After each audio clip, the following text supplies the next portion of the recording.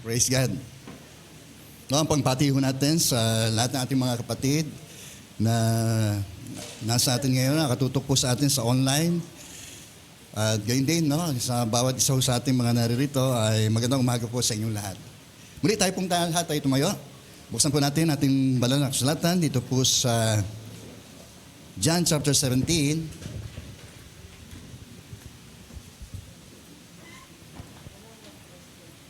Verse 1 to 5.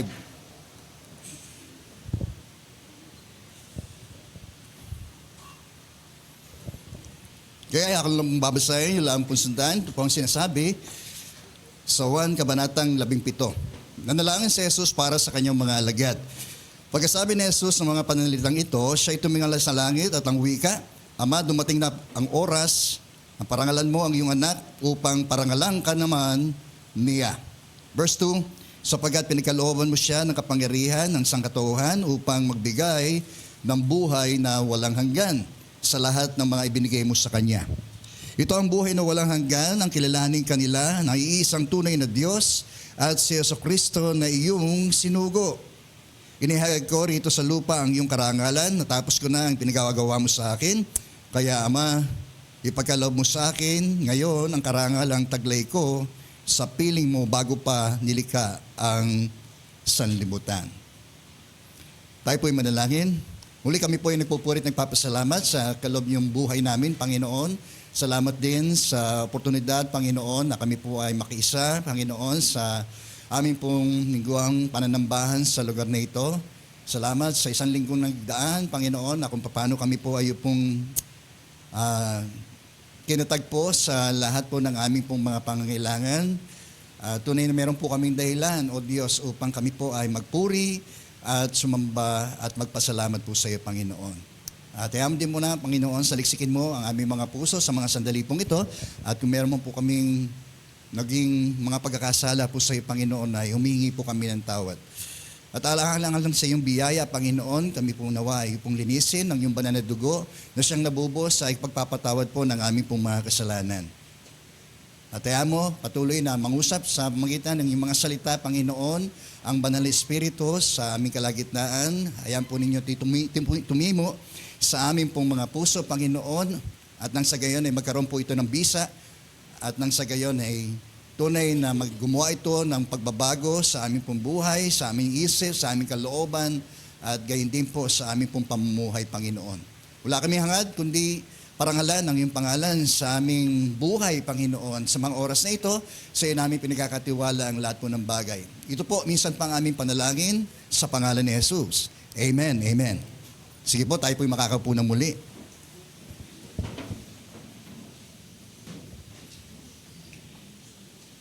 Ngayon si mga katan, ang mensahe po ng Diyos sa umaga pong ito, the prayer of Jesus. Ang panalangin ng ating Panginoong Jesus. So ito'y bahagi po nung si Jesus ay nandoon po sa atin ng Getsemani. Napakahalaga na malaman po natin yung nilalaman po nito pong panalangin po niya para po sa kanyang mga disciples. Gayon din, no, ay alam natin na ito na isang dulo na kung saan yung kanyang pagkakatawang tao ay nasa dulo na, no, ng mga pangyayari.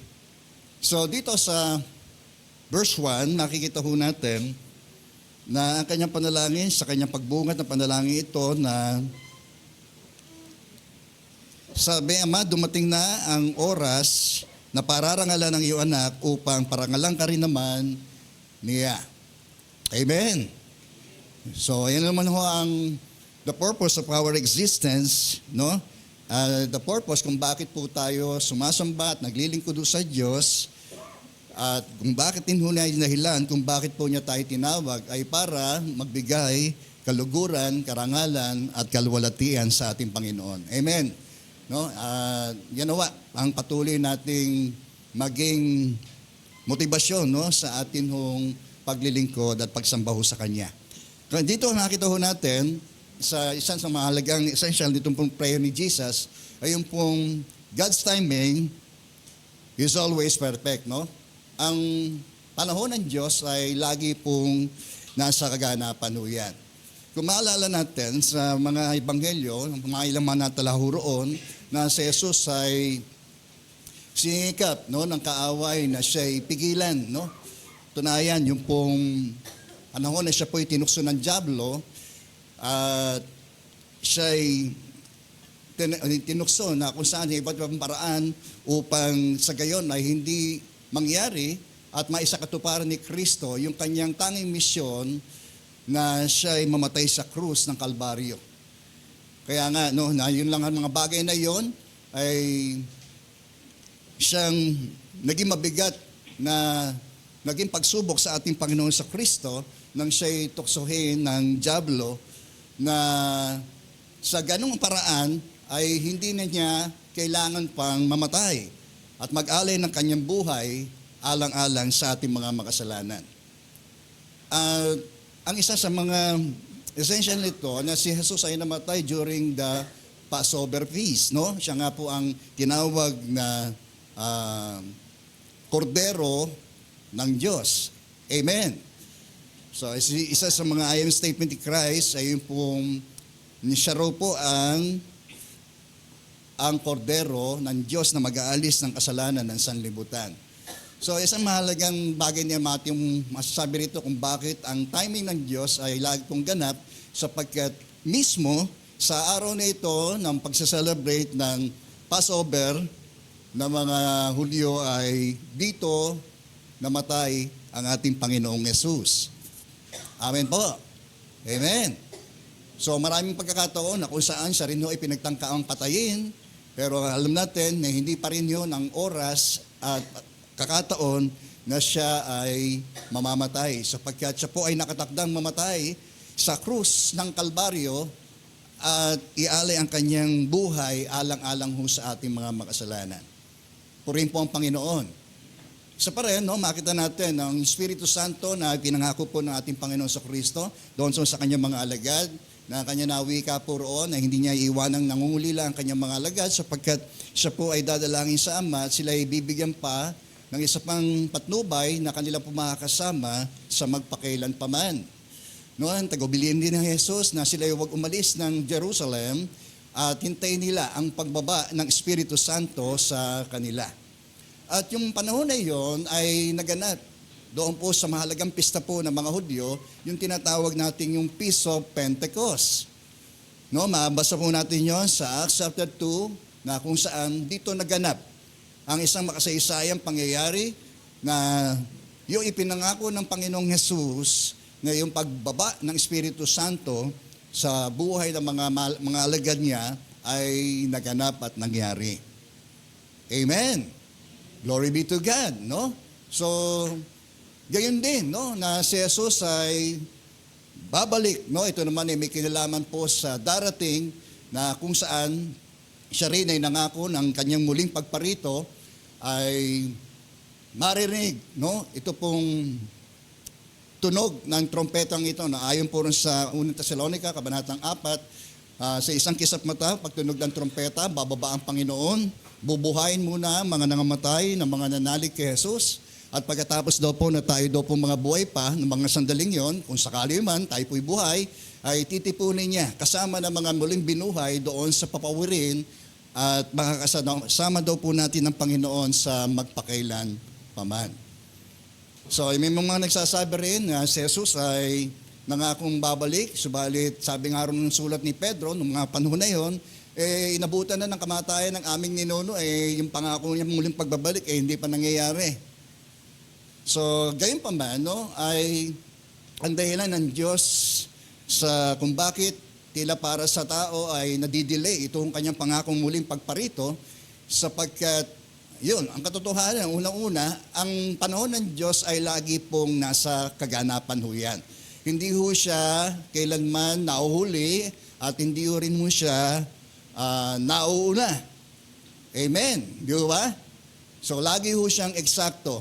Yung panahon ng Diyos ay hindi ho nating kontrolado yan. Tangi ang Diyos lamang po ang siyang may kapasyahan kung kailan mangyayari ang mga ganitong uri ng kaganapan, lalo na dito sa pinangako ho ng ating Panginoong Yesus ng kanyang muling pagparito.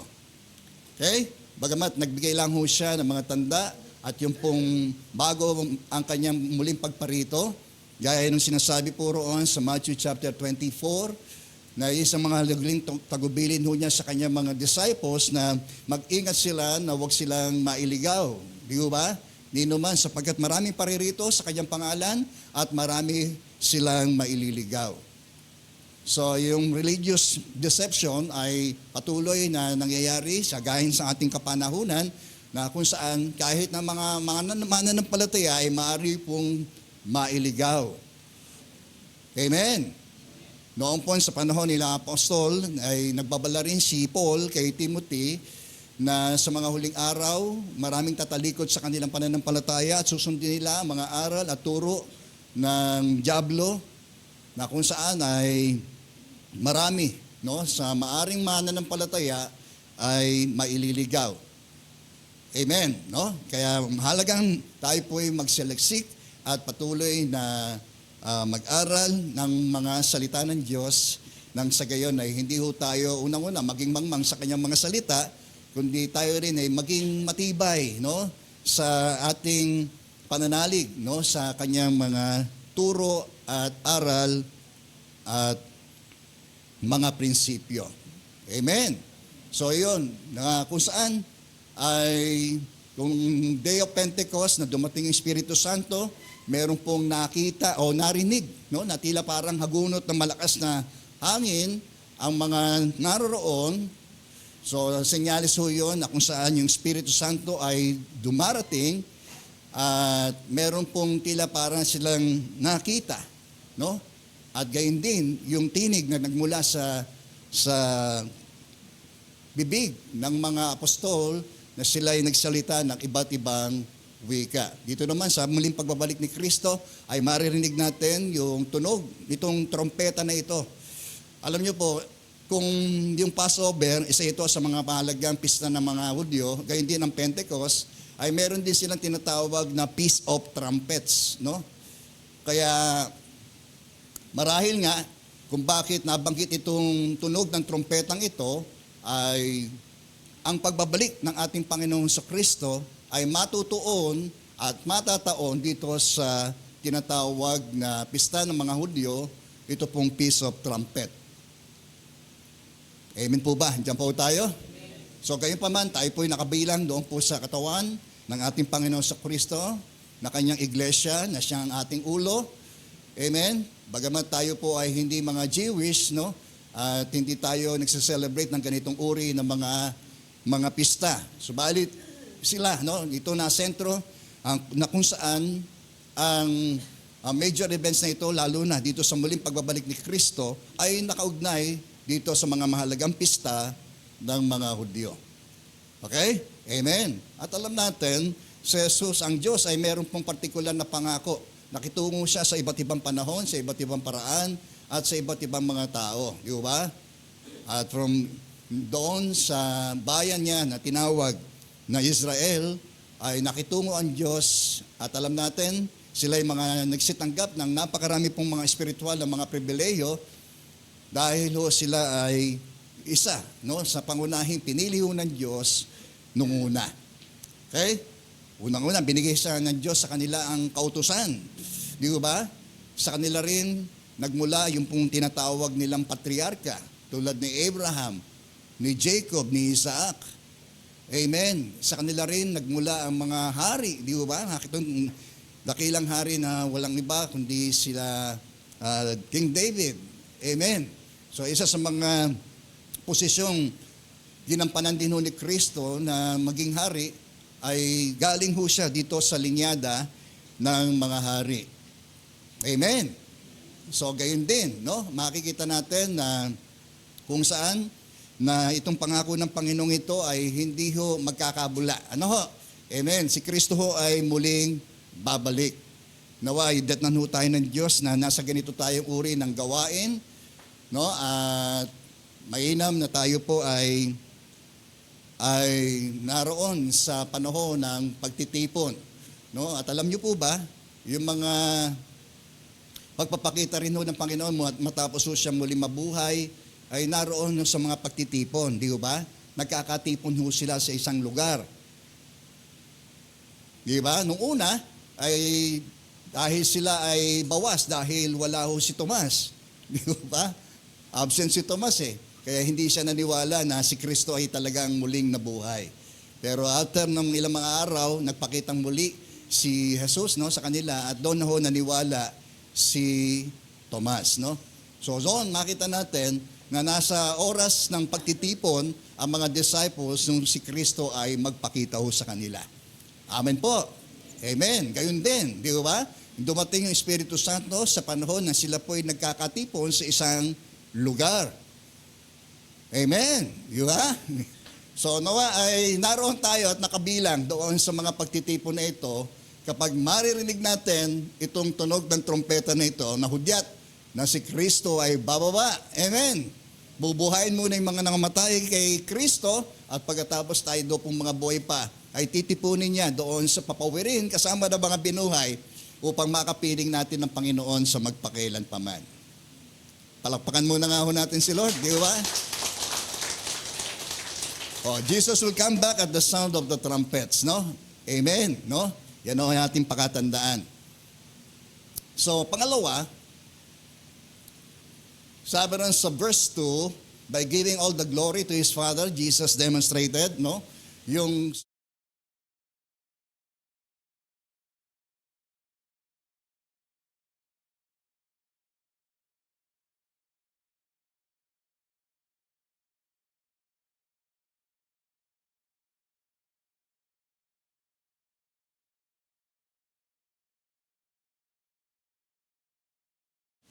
okay? Kailanman ay hindi ho magtatagumpay ang kasamaan sa Diyos. Bagaimana sa nakikita ho natin mga nangyayaring kasamaan sa daigdig na tila parang nasaan ang Diyos sa panahong naririto ang dulot, yung sidi ng kasamaan sa daigdig. Pero alam natin, no, nasa likod ng mga nangyayaring masamang ito, alam natin ang Diyos pa rin ang siyang may control ng lahat ng mga nangyayari. At yan din naman, no, ang naging babala ng Diyos sa pamagitan po ni Pablo, doon sa sulat niya kay Timoteo na sa mga huling araw, mababatbat ng kahirapan ang mga huling araw. No, sa ibang salin ay ang salitang ginamit ay yung mabangis, vicious, no, na talagang magiging sukdulan ang kasamaan sa daigdig nito nitong mga huling mga araw. Di ba? Ang mga tao ro po ay magiging makasarili, gahaman sa salapi, palalo, mayabang. Di ba? May mga mamaibigin sa kalayuan, sa halip daw po sa mga bagay ukos sa Diyos. Okay? So, sa galang lahat ng mga nangyayaring ito, no, ay ang Diyos pa rin, no, ang siyang direktor at siyang may control ng lahat ng mga pangyayari pong ito. Maaaring ito'y permissive, no, na ginawa ng Diyos. Pero gayon pa man, hayaan ng Diyos na mangyari yan, gaganapang ito upang maisakatuparan niya bago nga ho ang pagbabalik ng ating hong Panginoong Hesukristo. Amen po?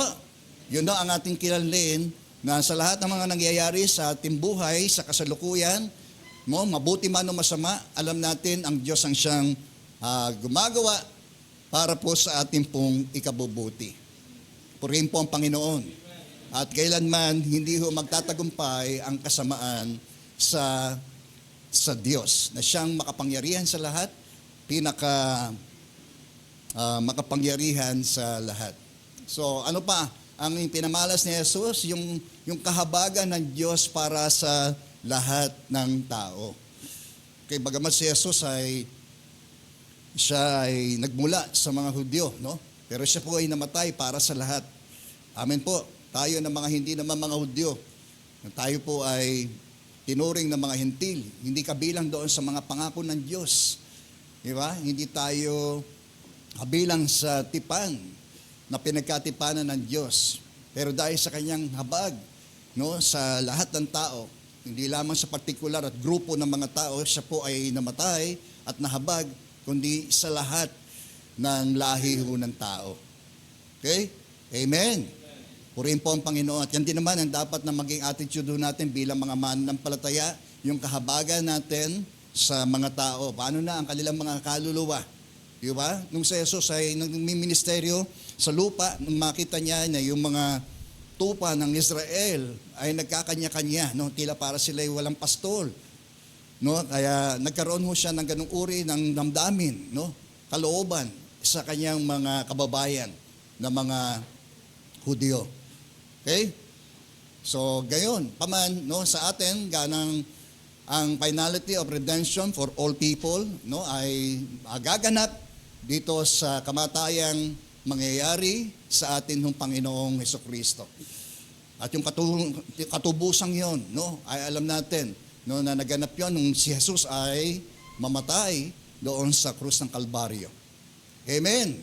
Kaya nga tayo, we are redeemed by His precious blood.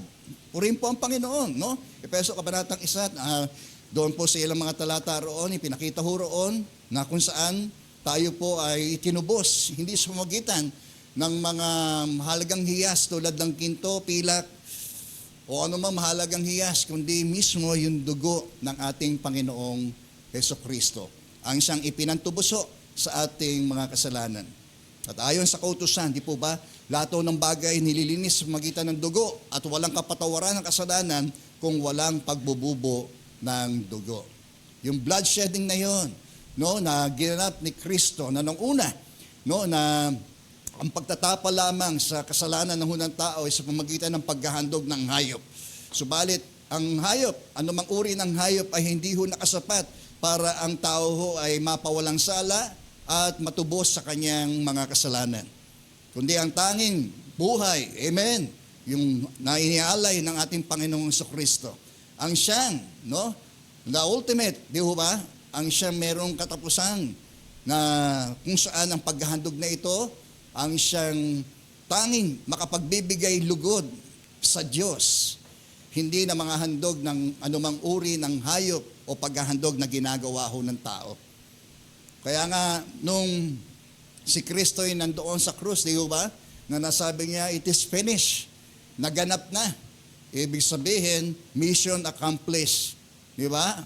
At doon sa larangan ho ng paghahandog, doon po sa templo na ginagawa po ng tao nung una, ay winakasan ni Kristo ang ganong uri ng paghahandog ng tao. Okay? Wala nang sasapat na handog na gagawin pa ang tao liban doon sa naihandog na. Walang iba yung ginawa, yung tinapos na gawa ni Kristo. Amen. Ganun ho, na naging essential ito pong kamatayang ito para ho sa atin, no? Na kahit hindi ho tayo na kabilang sa kanyang mga kababayan, naging part naman tayo ng kanyang iglesia, na kanyang katawan. Okay? Purihin po ang Panginoon. Nawa ay magkaroon ng matinding timbang ito sa atin, no? Sa ating buhay, sa ating puso, ang ginawang pagtubos ni Kristo sa atin. Glory be to God, no? So next, nung makita ho natin, isa sa mga essential ng prayer ni Jesus na ito, na yung otoridad ay ibinigay ng Ama sa ating Panginoong Jesucristo. No, gaya nga ni sinasabi rito sa Matthew chapter 28, verse 18 to 20.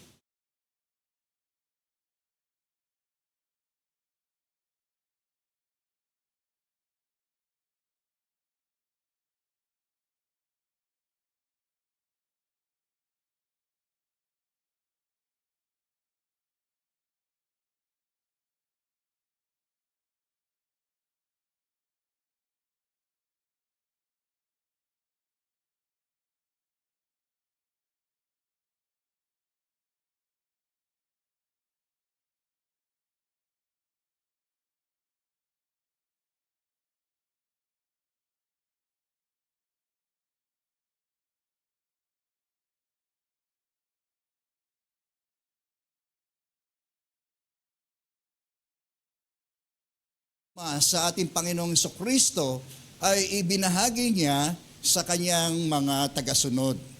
Amen. Sabihin mo nga, sa akin. Sabihin niyo, sa akin. At sa kanya. Okay.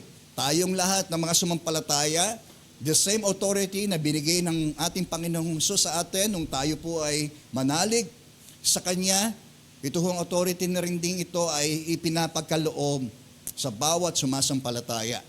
Kaya ito ang kanyang utos, no? Na sila'y humayot, gawin ng mga alagad ko ang mga tao sa lahat ng mga bansa.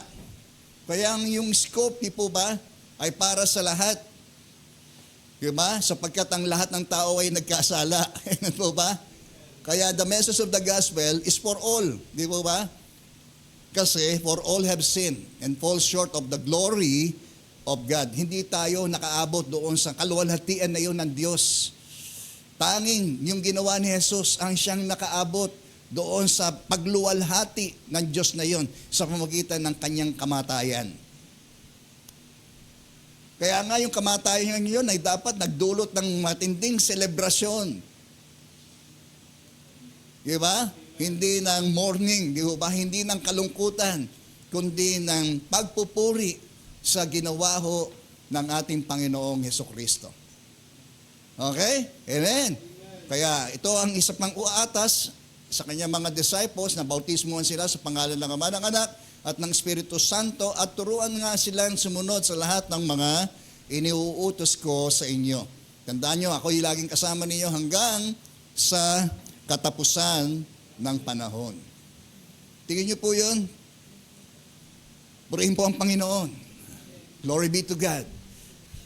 So isa sa makakita natin ho dyan, the giving of this authority ng Diyos sa ating Panginoong Jesus at kaya naman itong inimpart sa atin ng mga sumampalataya. Okay? Kahit nga ho yung authority na yon laban sa demonyo, di po ba? Binibigyan ko kayo ng authority na yumurak sa kapangyarihan ng demonyo, di po ba? Hello, kasunod yan mga talata na yun no? Kailanman ay hindi tayo magagapi ng demonyo. Amen. Okay? Glory be to God. Sige, next.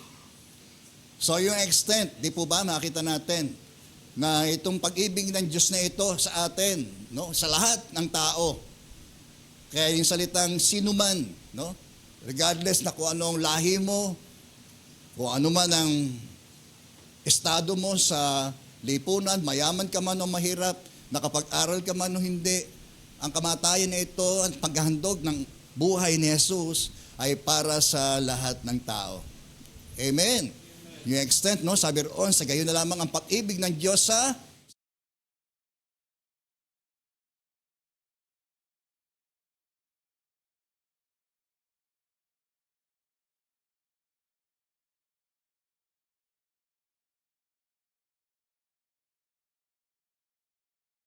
So, that's yung pinaka-foundation ng atin nung pananampalataya. At yun yung motivasyon natin kung bakit tayo nagpapatuloy sa biyaya po ng Diyos.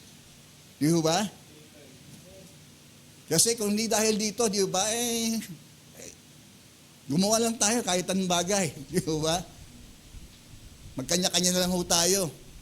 Pero ito yung nagbibigay sa atin ng motivasyon dito sa pag-asa ho natin ito ng buhay na walang hanggan na atin hong nasumpungan nung tayo ho'y sumampalataya sa ating Panginoong Yesus. Ngayon, nagkaroon tayo ng katiyakan. Naunawaan natin yung purpose ng buhay. Di ba? Dati, kay sira-sira, whatever will be ang buhay natin. Pero nung makilala natin si Jesus, unti-unti, nagkaroon tayo ng kaliwanagan sa kung ano ba ang layon ng buhay, kung bakit ba tayo nag-exist, ano ba ang purpose natin. Amen? So lahat ng yan ay nakapaloob doon sa sentro ng atin nung pananampalataya sa ating Panginoong Yesus. At yung extent noon ay tunay na ibinigay sa atin. No? Sabi nga doon sa Romans chapter 11 na kung saan yung pagtanggi ng Israel na yung habag ng Diyos ay ibang mga lahi ng tao. Purihin po ang Panginoon. Pero gayon pa man, yung extension na yon, noon pa man, bago pa man daw po ang magkaroon ng anumang uri ng pagkakalika ang Diyos, ay ito ay kasama na sa kanyang itinilaga at ipinlano. Purihin po ang Panginoon. Palakpakan nga ho natin siya. And then, yung extent at yung pong scope, di po ba? Sige, pangatlo. Sabi rin, yung scope. Ibig sabihin, yung saklaw nito, di ba? Sabi rito, ang ibig sabihin sa pamagitan ni Kristo, ang tao ay binibilang na ng Diyos na kanyang kaibigan at hindi na tinatandaan ang kanilang mga kasalanan. Kasi dati tayo yung mga kaaway ng Diyos dahil sa ating mga kasalanan. Pero sa pamagitan ni Jesus, tayo ngayon ay ipinagkasundo sa Diyos. Amen. Kaya sabi rin sa Romans chapter 5 verse 10, di po ba? Kaya yung pagiging buhay ni Kristo ay nagkakaroon tayo ng katiyakan sa ating pong kaligtasan. At kami naman, sabi rito ay inatasan niyang ipamalita ito. Purihin po ang Panginoon. Amen? Yung extension para sa buong sangkatauhan, yung scope na ito ay para sa buong mundo. Amen? Na itong message of the gospel ay may kinalaman din sa pagbabalik ng ating Panginoong Kristo. Di ba? Sabi sa Matthew chapter 24, sa mga uling mga talata roon na kung saan sinabi ni Jesus at ipapangaral sa lahat ng bansa ang mabuting balita upang ito'y marinig at makilala ng lahat sa kadarating ang kawakasan. Amen. Kaya hindi na tayo magtataka ngayon, yung dissemination of the gospel talagang napakaano na no? Kahit yung mga kasulok-sulukan ay naabot na sa magitan ng mga atin yung mga misyonaryo at misyonaryang gumagalugad ng bawat sulok ng daigdig na ito. Amen? Bagamat maaring ang risk noon ay ang kanilang buhay, pero sa pamagitan ng kanilang pagkomisyon na yon, sa pagsunod sa komisyon na yon, ay nagpapatuloy ang paghahayag na mensahe ng mabuting balita. No, yung technology, ginagamit na rin ho yan, no? Para na kung saan ay yung spread ng gospel ay para mapakinggan ito ng lahat ng mga nabubuhay. Sa gayon, ay wala na hong may dadahilan ng tao. Amin po ba? Wala na siyang may dadahilan na hindi niya napakinggan. Nung siya may mamatay sa kanyang kasalanan, ay wala na may dahilan siya sa harapan ng Diyos na hindi niya napakinggan ang mabuting balita. Glory be to God. Amen. So, ibig sabihin, sa magitan ni Kristo, ang tao ay binibilang ng Diyos na kanyang kaibigan, hindi niya tinatandaan ang kanilang mga kasalanan. Kaya itinuring ni David na mapalad yung mga taong na ang kanilang mga kasalanan ay walang salanan ng Diyos at nilimot na ng Diyos. Di ba? Kasi kung bibilangin ng Diyos yung ating mga kasalanan, talagang yung kasalanan ko lang, mapupuno rito. Dadagdag po yung mga kasalanan yung ginawa. No? Nung sa simula na tayo magkaroon ng kamalayan doon sa paggawa ng mabuti at masama. Di ba? Araw-araw nagkakasala ho tayo. Hello, hindi po tayo? No? Sa salita, sa isip, at gayon din sa gawa. Kaya, hindi tayo talagang aabot doon sa pamantayan at kalwalatian ng Diyos. Okay? Sapagkat ang lahat ay nagkakasalan. So, sumunod, isa pa rin sa mga essential nitong prayer ni Jesus na ito ay yung posisyon ng Diyos ay absolute. Final. Amen po ba? At ito ang buhay na wala hanggan. Ang makilala nila ng isang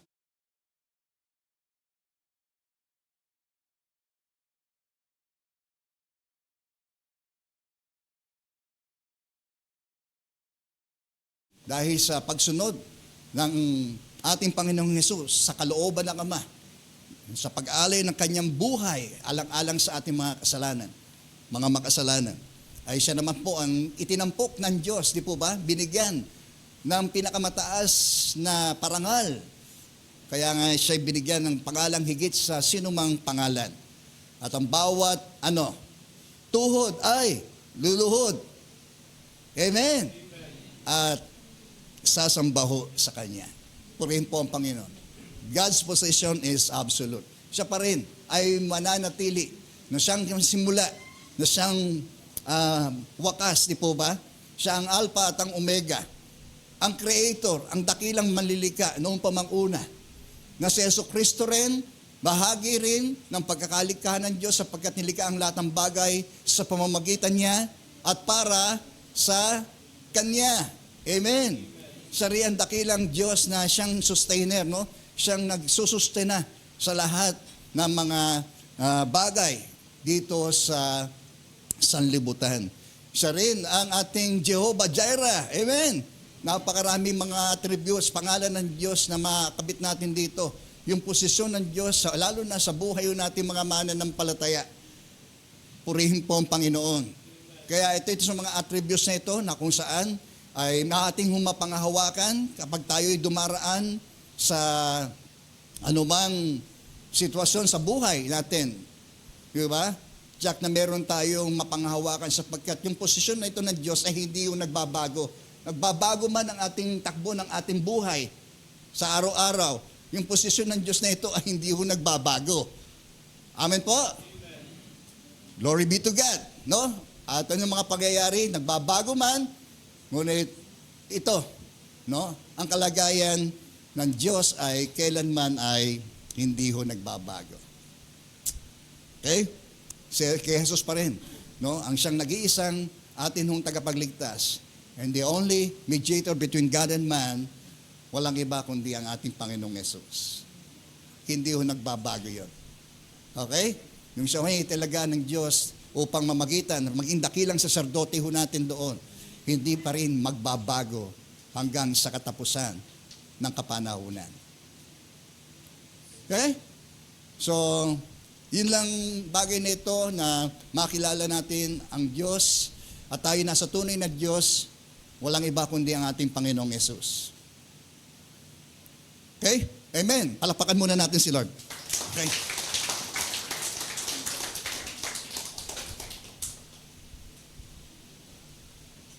So verse 5, sa panglima, ang God's work is complete. Purihin po ang Panginoon.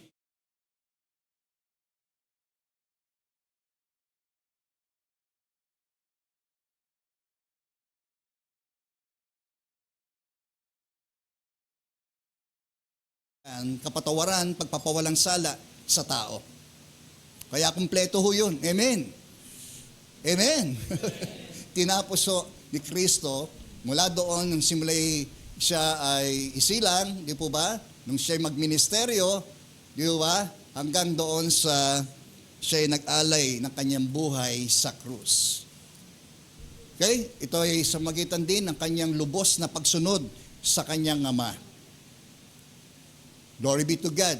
Kaya have the mind of Christ, sabi roon sa Philippians chapter 2, verse 5, no? Nagkaroon tayo ng kaisipan ni Kristo na tulad niya, no? Bagamat siya'y Diyos, ay hindi siya nagpilit na maging kapantay ng Diyos.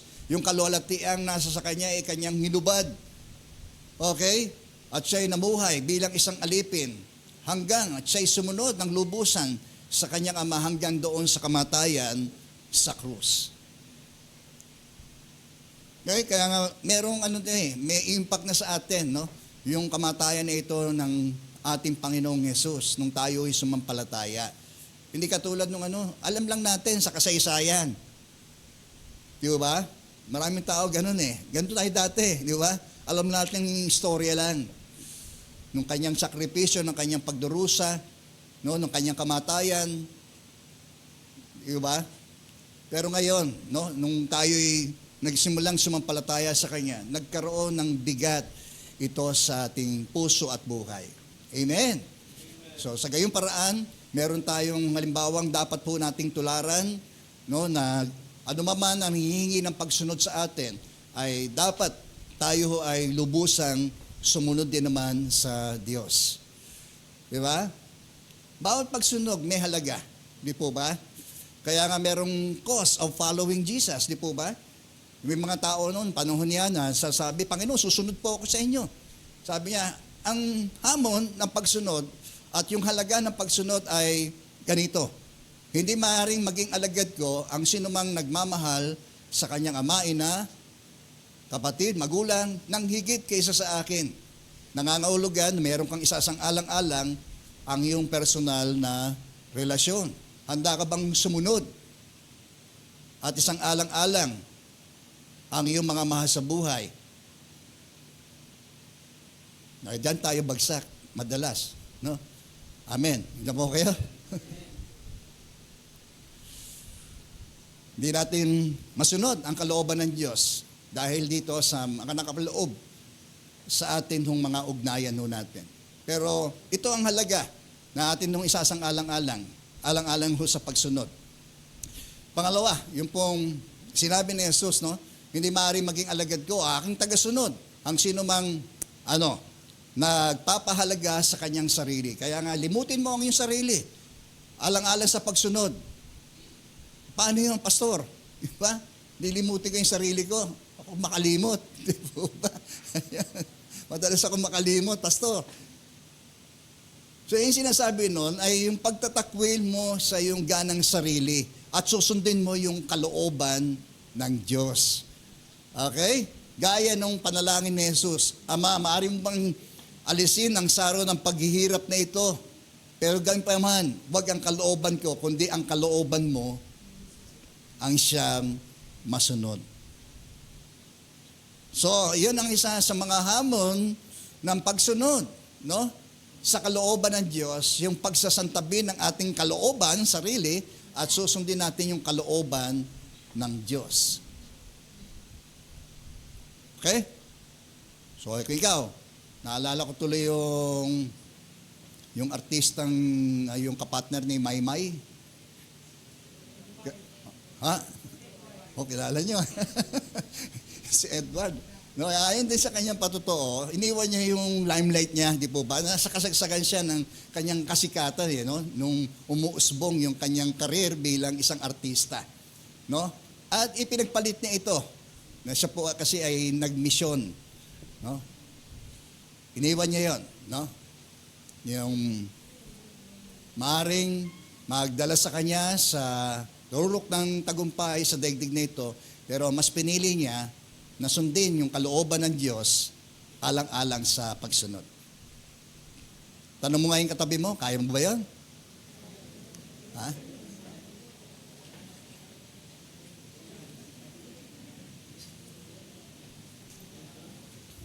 Okay? Diyan po tayo? So, yun ang halaga ng atin nung maaring bayaran alang-alang ho sa pagsunod. The cost of following Christ. Amen? So yung cost of following His Father's will, di po ba, ay yung buhay ni Kristo. Amin po ba? So gayon din, sa bawat isa po sa atin, ito rin ang hamon ng pagsunod sa atin. Yung pag-aalay ng ating buong buhay, kalooban sa Diyos. Okay? Kaya nga God's work is complete, no? Nang lubos na sumunod ang ating Panginoong Yesus sa kanyang Ama. Okay, pangalawa, yung glorifying the Father. Di po ba? Yung kasi, yung kanyang kamatayan na yon, ang siyang tanging magbibigay ng kalwalatian sa kanyang Ama. Okay? For all have sinned, di po ba? And fall short of the glory of God. Di po ba? Yung glory na yon, yung kalwalatian na yon. Na siya rin, in part, di po ba? Ang siya nang higinit na ninais ni Jesus sa pamagitan ng kanyang pag-aalay. Okay? And then the redemption for all who will believe, no? At inumang kataubusan sa lahat ng mga mananalig. Kaya kumpleto na, amin po ba? Tayo yung sinasabi ni Paul, ako'y iniligtas. Ibig sabihin, may kinalaman doon sa nakaraan. Ako'y inililigtas. Ibig sabihin, may kinalaman ito doon sa kasalukuyan. At ililigtas. May kinalaman naman yon doon sa hinaharap. Amen po. So, gayon din. Sa proseso po ng ginagawa ho ng Diyos sa atin, tayo po sa nakaraan, nung tayo nagsimulang sumampalataya sa ating Panginoon sa Kristo, tayo po ay mga pinawalang sala na ng Diyos. Amen. Sa kasalukuyan, ang kanya pong ginagawa sa atin, ay tayo kanyang pinapaging banal. Okay? Hello, nandiyan po tayo. Bagamat tayo po ay hindi namang mga perpektong mga tao. Nagkakamali pa rin ho tayo. Tingin nyo katabi nyo. Ha? Yan. Tingin nyo ha? O, tingin nyo ako. Isang talagang sasablay tayo, sumasablay tayo. Amen po ba?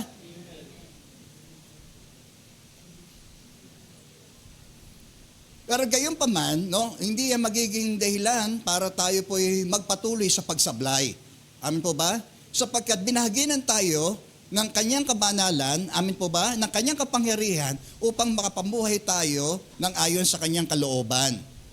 Yun na lang yung mga difference eh. That's the big difference. Di po ba?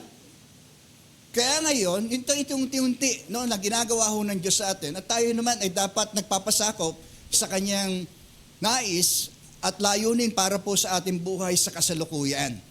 Kaya nga, hinihimok tayo na magpakabanal tayo sapagkat ang Diyos na tumawag po sa atin ay banal. Okay? Huwag tayong tayo. Pag linggo, praise the Lord tayo. Pag Lunes hanggang Sabado, erase the Lord tayo. Ha? Lagi nating taglayin, no? At pakiisipin na meron tayong pangalang dinadalaho natin. Yun ay walang iba kundi si Kristo. Kaya nga tayo nakipag-isa sa Kanya. Kaya tayo tinawag na Kristiyano. One in Christ. No? At kung tayo nakipag-isa kay Kristo, makikiisa tayo sa Kanya. Magpapasakop tayo sa Kanyang kalooban. Makikiisa tayo sa Kanyang layunin para po sa ating buhay.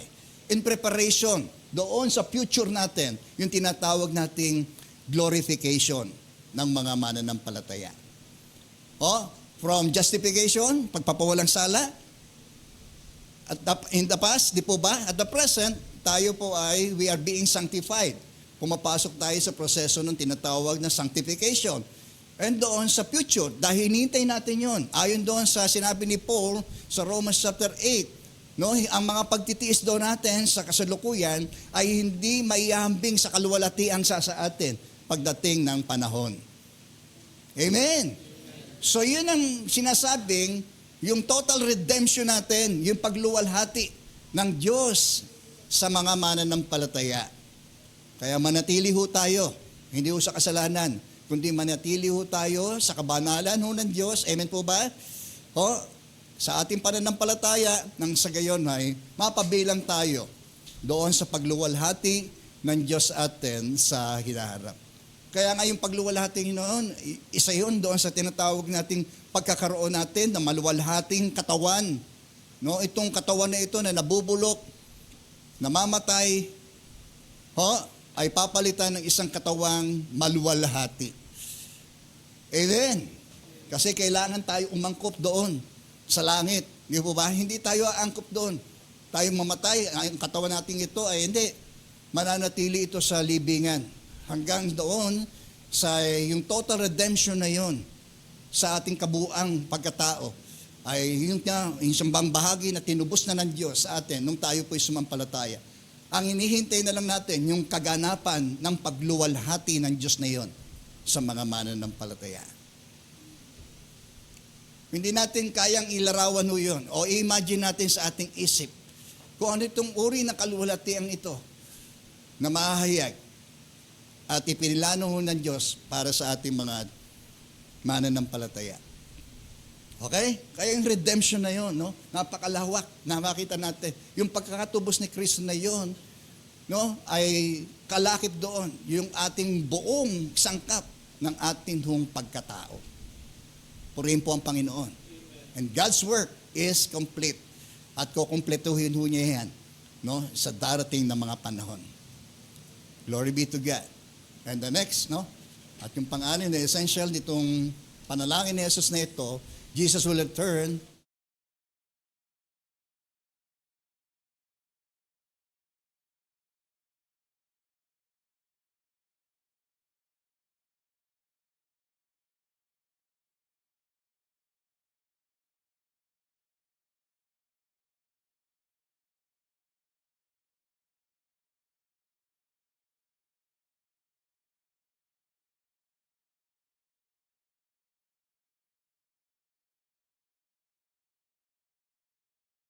Siyang darating. Pero gumawa tayo na para bagang darating siya ngayon. Okay? Amin po ba? Ibig sabihin, Kahit sa gaan ng ating proseso ng ating mga pagpaplano, layunin natin sa buhay na ito, yung antisipasyon natin na anytime, anywhere, nasaan man tayo, ano man ang ating kalagayan, ay yung ating pananabik na siya ay muling babalik. Purihin po ang Panginoon. Amen. At nais din ng ating Panginoong Hesus na tayo ay we walk, di po ba? Hindi lang tayo mag-wait, kundi tayo po ay mag-walk, lumakad tayo ayon sa kanyang kalooban. Habang tayo naghihintay ng pagluwalhati ng Diyos sa atin. Amen? Kaya nga Ama, sabi rito, ipagkaloob mo sa akin ngayon, sa iyong harapan, ang kaluwalhati ang taglay ko sa piling mo, bago pa likain ang sanlibutan. Okay? Bagamat iniwan niya yon, yung kaluwalhatian na yon, at nagbisa ng isang alipin, ngayon naman, no? Dahil sa kanyang lubos na pagsunod na ito sa kanyang Ama, ibabalik, no? Tiyak na garantiya na itong kaluwalhatian ito na noon pa man tinaglay niya. Bago pa man magkaroon ng pagkakalika, siya ay Diyos na. Ang kaluwalhatian ito ay kanyang taglay-taglay na ito'y muli ay tunay na kanyang mapabas sa kanya. Okay? Kaya taglay ko sa piling mo bago pa likain ang sanlibutan. So, hindi natin mawari, no? Sabi, hindi kailanman malilimin ang ating kaisipan. Hindi pa nakikita ni sumasagi sa isip ng tao ang mga bagay na inihanda ng Diyos para sa mga nagmamahalo sa Kanya. Okay? Tayo, marahil mapagpapatotoo tayo tungkol sa mga lugar na atin mong napuntahan. Di ba? At talaga tayong siyan-siya doon sa lugar na yon, na ating ibinibida yon. Patapos na tayo po ay umuwi. Ano ho, binibida natin yon. Minsan pinipicturean pa natin na tayo nandoon sa lugar na yon, na bihirang maaring puntahan ng tao, pero dahil napuntahan natin yon, hindi natin mawari ang ating kasiyahan doon sa kagandahan ng lugar na yon. Amen. So maaari, no, na nangangarap din tayo na makarating doon sa lugar na binibida ho sa atin, sinasabi sa atin na ating puntahan. Maaring makita lang natin sa larawan, ma-imagine natin kung gaano kaganda ang lugar na yon. Pero kahigit-higitan, yung lugar na inihanda ho ng Diyos para sa atin. Okay? Hindi natin kayang limiin sa ating mga imahinasyon kung gaano ito kadakila, kung gaano ho ito kaganda. Kaya nga, yung salitang napaka, nangangahulugan po yun ng sukdulan. Amen? Yun ho ang kasukdulan ng pangako ng Diyos sa atin. Okay? Mga kapatid, manatili ho tayo sa ating pananampalataya. Totoo, daralan pa tayo sa ating spiritual na paglalakbay at makakasalubong tayo ng iba't ibang uri ng mga hamon sa buhay. Ang mahalaga lang, no? Huwag nating ituon, no, yung mga nangyayari sa ating paligid. No? Ang ating pananampalataya ay itutuon natin sa ating Panginoong Kristo. Amen? Iwaksin natin yung anumang nagpapabigat para sa ating nung pagtakbo. Nang sa gayon ay tayo pa rin ay malayang makalalakad ng tiwasay, payapa, at meron pong kumpiyansa na darating ang sandali, no, na tayo'y lulubusin ng Diyos ang kanyang mga ipinangako sa atin. Okay? Hindi tayo para sa sanlibutan ito. Amen po ba? Nabubuhay tayo sa isang kaharian na yun ang ating sinusundon, kung ano ang prinsipyo ng kaharian ng Diyos, kung ano ang utos, batas, no, layunin, katwiran, pamumuhay ng kaharian ng Diyos. Doon po tayo mamuhay. Doon po tayo sumunod. Amen po ba? Hindi ho dito sa kaharian, dito sa lupa. Okay? Mawawala ang langit at ang lupa. Ngunit, ang salita ng Diyos ay hindi ho magkakabula. Sigurado po yan. Okay? Meron pa ho ba? Wala na yata. Okay, wala. Okay, may natutunan ho ba tayo? Ayan, so yung maganda. No, sa mga natutunan ho natin yan, no, yan ay magiging part, no, na experience natin sa buhay ho natin with regard doon sa ating nakalipas na sa kasalukuyan at gayon din, higit sa lahat, sa atin ng mga pangharap na buhay. Kaya tayo po'y manalangin. Hallelujah. Purihin ka, Panginoon. Ang kaluwalhatian, karangalan, ay binabalik po namin tanging sa iyo po lamang, Panginoon. At salamat, Panginoon, sapagkat ang kaluwalhatian ito na iyong ipinagkaloob sa iyong pong bugtong na anak na si Jesus, nang siya po ay lubusang sumunod sa kalooban po ninyo. Ang siya rin naman, Panginoon, naming inaasahan, ibinagkaloob niyo po sa amin na mga sumampalataya po sa Kanya. Yung kaluwalhatiang yun, Panginoon, na patuloy po niyong ipinadarama sa amin.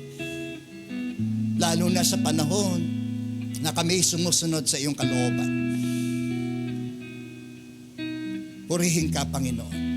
Aming Ama, at nagagala kami sapagkat maituturing namin na kami yung mga taong naging mapalad sapagkat tumanggap kami ng dakilang mga pagpapalang spiritual nang kami magsimulang sumampalataya sa aming Panginoong Yesus. At ito, Panginoon, ay di lamang naming taglay, Panginoon, kundi ang kaganapan ng lubusan ng iyo pong layuning ito, Panginoon, ay aming makakamtan pagdating ng oras at panahon, Panginoon, na kami po ay humarap sa iyo.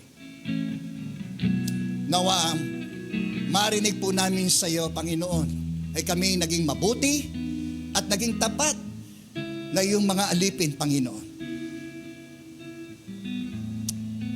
Nawa yun, Panginoon, ang aming pong marinig sa iyo, aming Ama. Kaya naman, sa iyong biyaya, kami yung tulungan, Panginoon, na makapamuhay kami ng naayon sa iyong kalooban. Talikuran na namin, Panginoon, ang mga bagay na dapat naming talikuran na. At kami humarap, Panginoon, sa aming bagong buhay na iyo pong pinagkaloob. Buhay na walang hanggan. Buhay na papayapa. Buhay na sagana at ganap, Panginoon. Marami pong salamat, dakilang Diyos, at ang pagluwalhati, Panginoon, ay tunay na ibinabalik po namin sa iyo po lamang, Panginoon. Ikaw, kaibigan, kung sa ganang iyong buhay, hindi mo alam kung saan ka tutungo. At itong sandaling ito ay gagamitin mong pagkakataon na binibigay sa iyo ng Diyos upang tanggapin siya sa iyong puso, sa iyong buhay. At magagaransya ko sa iyo, ang buhay mo ay magiging iba. Isa kang kaibang karanasang hindi mo pa naranasan sa ganang iyong buhay. At yun yan ang nais mo. Sundin mo ang panalangin ito. Panginoong Yesus, lumalapit po ako sa iyo. Inaamin ko po na ako po isang makasalanan. Pinagsisisihan ko po ang lahat ng aking mga nagawang pagkakasala. Sa aking mga inisip, sinalita, at gayon din po sa aking pong ginawa. Patawarin mo po ako, Panginoon. Panginoong Yesus, nananalig ako na ikaw ay namatay upang ang aking mga kasalanan ay mabayaran. Gayon din, Panginoon, nananalig ako na ikaw ay muling nabuhay mula sa mga patay upang ang aking buhay na ito ay magkaroon ng pag-asa sa buhay na walang hanggan. Panginoong Yesus, tinatanggap kita sa aking puso, Panginoon, bilang aking tagapagligtas at Panginoon ng aking buhay. Simula ngayon, Panginoon, sa iyo po lubos na pinagkakatiwala ang buhay ko pong ito, Panginoon. Salamat po sa iyong pagtanggap sa akin. Sa pangalan ni Jesus. Amen. Okay, pagpalain po ninyo ang the rest ng aming pong fellowship na ito, Panginoon. At muli, binabalik po namin sa iyo ang taus-puso po namin pasalamat sa pangalan ni Jesus. Amen, amen.